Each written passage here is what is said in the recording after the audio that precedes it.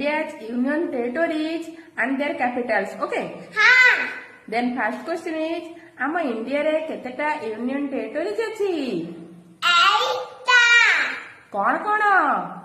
Andaman Nicobar island, Chandigarh, Dadra Nagar Haveli, Andaman, new Delhi, Jammu Kashmir, Lakshadweep, Puducherry, Ladakh. Okay. Then their capitals कहबो. हाँ. Andaman Nicobar island row capital? What? Chandigarh row capital? Hi Chandigarh.